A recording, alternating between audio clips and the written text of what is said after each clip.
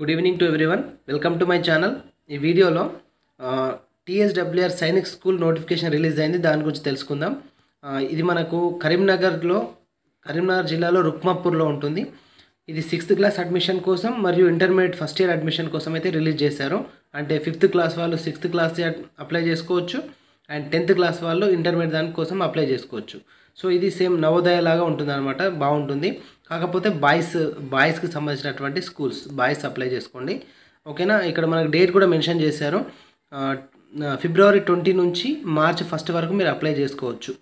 So exam వచ్చేసి March 10కి ఉంటుంది, అంటే టైం చాలా తక్కువ ఉంది.